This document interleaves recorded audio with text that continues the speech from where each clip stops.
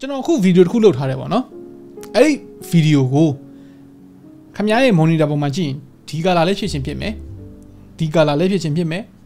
ဒီလိုမျိုးကြီးလေးဖြစ်နိုင်တာပဲဒီလိုမျိုးလေးဖြစ်နိုင်တာပဲကျွန်တော်တို့ edit လုပ်လိုက်တဲ့ကျွန်တော်တို့ရဲ့ monitor ပေါ်ကအရောင်နဲ့ခင်ဗျားတို့ဖုန်းပေါ်မှာဒါမှမဟုတ် PC ပေါ်မှာ TV ပေါ်မှာကြည့်နေတဲ့အရောင်တွေကမတူဘူးအဲ့ဒါသိကြတယ်အနီးဆိုအနီးအပြဆိုအပြအဝါဆိုအဝါအဲ့လိုမျိုးတော့အနီးဆက်ဆုံးတော့တူကောင်းတူလိမ့်မယ်ဒါပေမဲ့ညီတဲ့ပုံစံပြတဲ့ပုံစံတစ်ထဲကြမှာမဟုတ်ကျွန်တော်တို့စီမှာအနီးကိုမှခင်ဗျားတို့စီမှာရင့်ကျင်နေမယ်ဖြော့ကျင်ဖြော့နေမယ်ဘာလို့လဲဆိုတော့ display တွေကတစ်ခုနဲ့တစ်ခုနဲ့အရောင်ကိုဖော်ပြနိုင်တဲ့အစွမ်းတွေ calibrate လုပ်ထားတာတွေကမတူလို့အဲ့ဒါကြောင့်မို့လို့မနက်ခင်းနေအောင်ကြီးခက်ပြပြလေးတိုးနေတဲ့မျက်ပင်တွေကိုကြည်နူးစရာဖြစ်အောင်ပြထားတဲ့ပြောက်ွက်မျိုးတွေတို့နော်ဂျိုကာရုပ်ရှင်တွေကလိုမျိုးအစိမ်းရောင်နေနဲ့စိတ်တစဖြစ်ရက်တွေကိုပြတဲ့ပုံစံမျိုးတို့အဲ့လိုမျိုးမုတ်ကိုပါပြောင်းသွားအောင်လို့အရောင်တွေကိုတုံးထားတဲ့ color graded လုပ်ထားတဲ့ရုပ်ရှင်တွေကြည့်တဲ့အခါမှာ color မှန်တဲ့ display နဲ့ကြည့်တာအများကြီးပိုကောင်းတယ်ဆိုတော့ခင်ဗျားတို့ကျွန်တော်တို့သုံးနေတဲ့ display တွေမှာရော color ဘယ်လောက်မှန်လဲအဲ့ဒါကိုဘယ်လိုတိုင်းတာလဲဒီဗီဒီယိုမှာရှင်းပြပေးမယ်ဒီနေ့ဗီဒီယိုက color တွေအကြောင်းကြီးပဲဒါပေမဲ့ပကြီးစရာတယောက်က color ကိုပြောပြတဲ့ပုံစံနဲ့ tech သမားတယောက်က color ကိုပြောပြတဲ့ပုံစံတွေတော့မတူဘူးပေါ့ကျွန်တော်ဒီနေ့မှာ tech ဘက်ကနေပြီးတော့ twist လေးနဲ့ color တွေအကြောင်းပြောပြမယ် display မှာပြတဲ့ color တွေကအခြေခံအဖြစ် red green blue ဆိုပြီးတော့ရှိတယ်ဘာဖြစ်လို့လဲဆိုတော့ digital မို့လို့ဒါပေမဲ့တကယ်တမ်းမှာကျတော့ hue saturation brightness ဒါမှမဟုတ် hue saturation luma ပေါ့နော်အဲ့ဒီမှာမူတည်ပြီးတော့မတူညီတဲ့အရောင်ပေါင်းကမရေမတွက်နိုင်ရလောက်အောင်ရှိတယ်နည်းနည်းထည့်ရှင်းပြမယ် hue ဆိုတာ color မှာအခြေခံအကျဆုံး attribute color မှာအခြေခံအကျဆုံးသောထောက်တိုင်ပေါ့နော်သူကကိုတွေးလိုက်တဲ့အလင်းရဲ့ wavelength ပေါ်မှာမူတည်ပြီးတော့အုံနောက်ကပုံဖော်ထားတဲ့အရောင်ကိုဆိုလိုတာဥပမာအဖြစ်အလင်းရဲ့ wavelength ကရှည်လို့ရှိရင်အနီရောင်အလင်းရဲ့ wavelength ကအနီရောင်ထက်တိုနေပြီဆိုလို့ရှိရင်အပြာရောင်ဆိုပြီးတော့အုံနောက်ကပုံဖော်တာမျိုးပေါ့ဆိုတော့ wavelength တစ်ခုချင်းစီတိုင်းအတွက်ကျွန်တော်တို့မြင်ရတဲ့အရောင်တွေက hue တွေအရောင်ကိုအပြာကနေပြီးတော့အဝါအစိမ်းစသဖြင့်လုံးဝပြောင်းလဲအောင်လုပ်ပေးထားနိုင်တာဒီ hue ပြောင်းသွားတာလို့ပြောလို့ရတယ် saturation ဆိုတာကကြတော့အဲ့အရောင်တစ်ခုရဲ့ခုနကတော့ငါပြောလိုက်တဲ့ hue ရဲ့အပြင်းအပြော့အဲ့ဒါကိုဆိုလိုတာဥပမာအဖြစ်အနီရောင်ခက်ပြော့ပြော့အပြာရောင်နုနုအပြာရောင်ရင်းရင်းအဲ့လိုပြောင်းသွားတာကြတော့ saturation ပြောင်းသွားလို့ပြောလို့ရတယ် saturation က hue မှာအဖြူရောင်အလင်းပေါ့နော် white light ဘယ်လောက်ရောနေလဲဆိုတာပေါ်မှာမူတည်တယ်ဖြော့တယ်ဆိုတာမျိုးကကြတော့ white light ပါဝင်မှုနှုန်းများတယ်ပေါ့ brightness ကကြတော့အရောင်ရဲ့အလင်းအမောင်ဒီအရောင်ရဲ့ brightness ကနည်းလေအမဲဘက်ကိုပိုရောက်လေအရောင်ရဲ့ brightness ကများလေအဲ့ဒီအရောင်ကပိုတောက်လေအဖြူဘက်ကိုပိုရောက်လေပေါ့နော်ဆိုတော့ဒီမတူညီတဲ့ hue saturation brightness အဲ့ဒီပုံမှာမူတည်ပြီးတော့ထွက်လာတဲ့အရောင်ပေါင်းက theory အရမရေမတွက်နိုင်လောက်အောင်ရှိတယ်ဒါပေမဲ့လူမျက်စိနဲ့မြင်နိုင်တဲ့ visible spectrum ကကြတော့အကန့်အသတ်ရှိတယ်အဲ့ဒါကြောင့်မို့လို့ဥပမာအဖြစ် ultraviolet ဆိုကျွန်တော်တို့မျက်စိနဲ့မမြင်နိုင်ဘူးဗျာနော် infrared ဆိုကျွန်တော်တို့မမြင်နိုင်ဘူးဗျာဒါတကယ်တမ်းကတော့အရောင်တွေပဲကျွန်တော်တို့TV remote တို့ဘာလို့မှာ IR တွေတုံးတယ်ဗျာအဲ့ဒါတွေကတကယ်တမ်းကတော့အရောင်တွေအလင်းတန်းတွေကိုယ်မျက်စိနဲ့မမြင်ရတာအဲ့ဒါကြောင့်မို့လို့ဒီ sRGB လိုမျိုးလူမျက်စိနဲ့မြင်နိုင်တဲ့အရောင်အများစုကို standardize လုပ်ထားတဲ့ color space တွေပေါ်လာတယ်တကယ်လို့အဲ့လိုသတ်မှတ်ထားတဲ့ color space တာမရှိဘူးဆိုရင် monitor တွေကတစ်ခုနဲ့တစ်ခုနဲ့ပြတဲ့အရောင်ကဘယ်တော့မှတူမှာမဟုတ်ခုပဲကြည့်လိုက်ဗျာဓာကြီးတစ်ခုလုံးကလူမျက်စိနဲ့မြင်နိုင်တဲ့အရောင်ပမာဏအပြင်ဘက်အစွန်းကိုရောက်လေ saturation ကပိုများသွားလေဘယ်ဘက်ထောက်မှာဆိုရင်အပြာဆုံးအပြာရောင်ညာဘက်မှာဆိုရင်အနီဆုံးအနီရောင်အပေါ်မှာဆိုရင်အစိမ်းဆုံးအစိမ်းရောင်ရှိမယ် display တွေအကုန်လုံးကနီးပညာအခက်အခဲတွေကုန်ကျစရိတ်တွေကြောင့်ဒီအရောင်တွေကိုအဲ့ဒီ down zone တွေအထိကိုမထုတ်ပေးနိုင်ဘူးအဲ့ဒါကြောင့်မို့ထုတ်လုပ်သူတွေကဖြစ်နိုင်ခြေအရှိဆုံး range of color ပေါ့နော်အဲ့ဒါကို standard ပြန်သတ်မှတ်ရတယ် standardize ပြန်လုပ်ရတယ် standardize လုပ်ထားတဲ့ color space တွေကဥမာအဖြစ် sRGB ရှိမယ်အဲ့ဒါပိုကျတဲ့ Adobe RGB ရှိမယ် DCI-P3 ဆိုတာရှိမယ်တခြား detail coverage တွေပိုကောင်းတဲ့ Rec 2020 လိုမျိုး professional grade color space တွေလည်းရှိတယ်အဲ့ဒါရတော့ထားလိုက်ပါတော့ကျွန်တော်တို့အသုံးများဆုံးက sRGB နဲ့ DCI-P3 နဲ့အဲ့ဒီ sRGB ကဘာလို့အသုံးများလဲဆိုရင်ရှိသမျှ monitor တွေဖုန်းတွေအကုန်လုံးနီးပါးကဒီ standard RGB space ကို default အနေနဲ့သုံးတယ်ပြီးတော့ internet ပေါ်မှာမြင်နေရတဲ့ media တွေပေါ့နော်ဒီ web content တွေကလည်းဒီ sRGB ကိုပဲ standardize ယူပြီးတော့သုံးထားတာ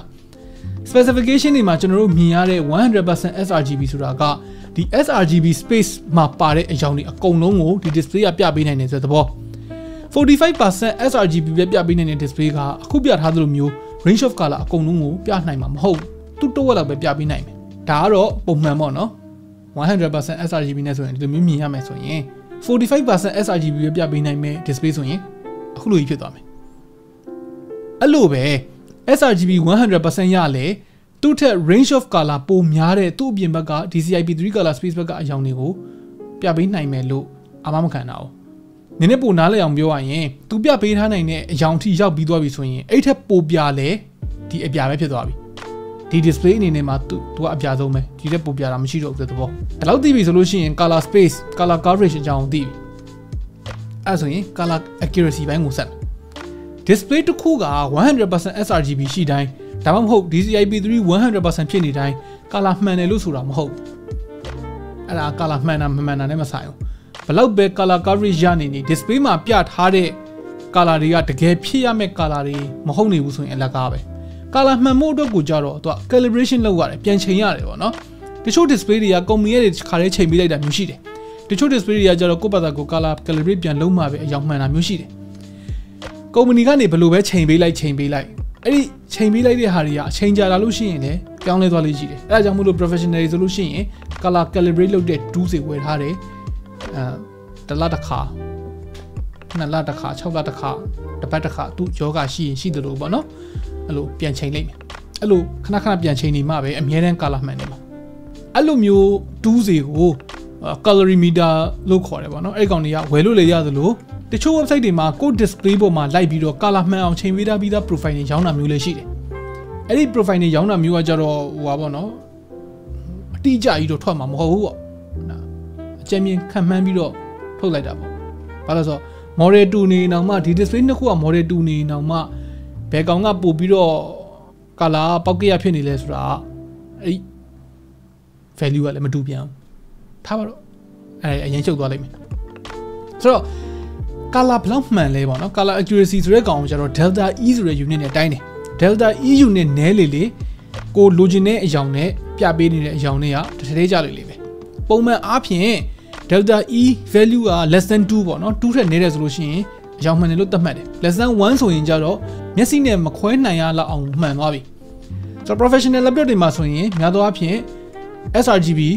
DCI-P3 အဲ့ကောင်တွေက 100% နဲ့အထက်ဖြစ်ပဲ Adobe RGB ကလည်း98တို့99တို့အဲ့လိုမျိုးရှိမယ်အဲ့ဒါကိုမှ delta E value ကို less than 2ဖြစ်အောင်လို့ calibrate လုပ်ပြီးထားပြီးသားဖြစ်တာများတယ်အဲ့ဒါကြောင့်မို့လို့ out of the box မှာတင်တန်းပြီးတော့ color grading works တွေ professional video photo editing တွေလုပ်လို့ရအောင်လို့ color မှန်တာမျိုးတွေဖြစ်တာပေါ့နော်ပုံမှန်ဈေးသိမ့်မကြီးတဲ့ laptop တွေမှာတော့ sRGB 55% 65% အဲ့လိုမျိုးတွေလည်းရှိတယ် delta E value ကလည်း2ထက်များမယ်ဒါဆိုရင် color sensitive works တွေလုပ်တဲ့အခါမှာ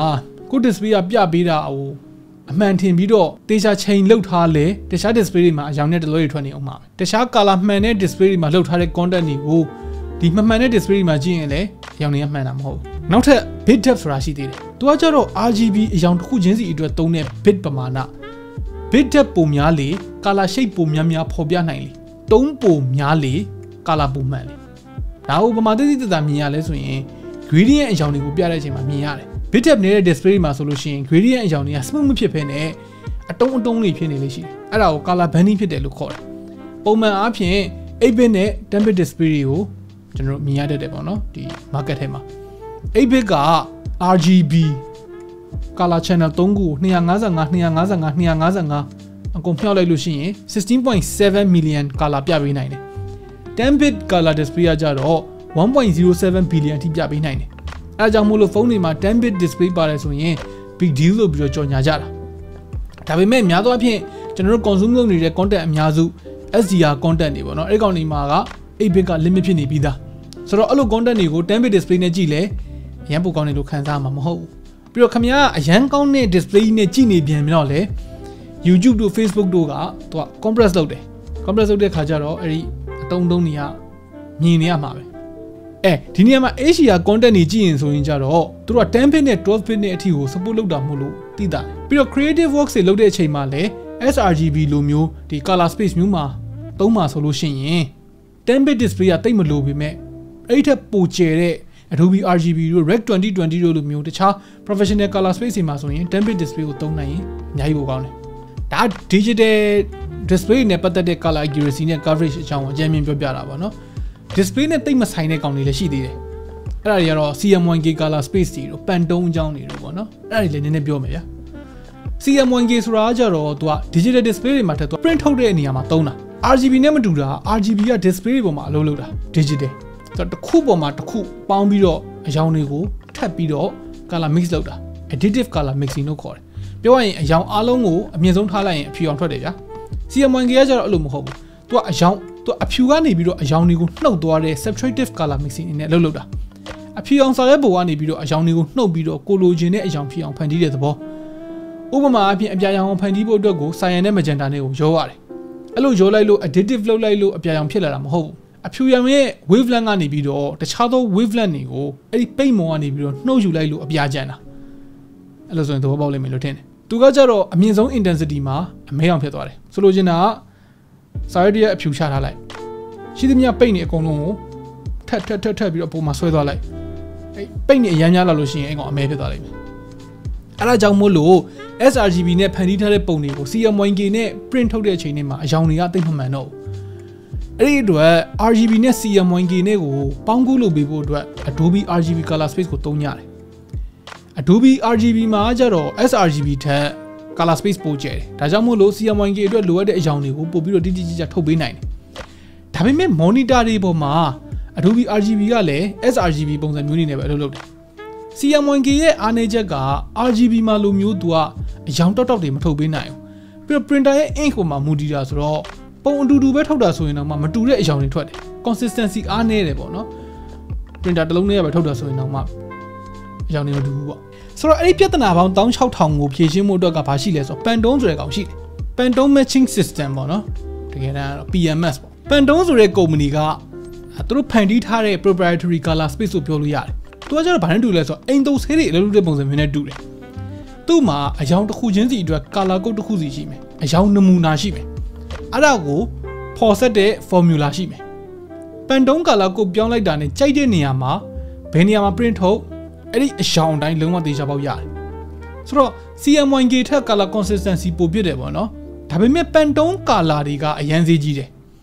color guidebook တစ်ခုအတွက်ကို$900ကနေ$1000ကျော်လောက်ပေးရတယ်ပြီးတော့အချိန်ကလည်း6လတစ်နှစ်လောက်ပဲသုံးလို့ရတယ်အဲ့ထက်ပိုကြာသုံးပြီဆိုလို့ရှိရင်စာအုပ်ထဲကအရောင်တွေကအရောင်ကျလာတာမျိုးဖြစ်တာလို့အရောင်မမှန်တော့တာမျိုးဖြစ်တာလို့အဲ့မျိုးရှိတယ်ဆိုတော့ပြန်လဲရတယ်ပေါ့နော်ပြီးတော့တခြားသော print ရိုက်လို့ရတဲ့ material ဥပမာ plastic တွေအတွက်လည်း plastic color card တွေကိုကုတ်နဲ့ရောင်းတာမျိုးရှိတယ် line static ဆိုလို့ရှိရင်သူ့ရဲ့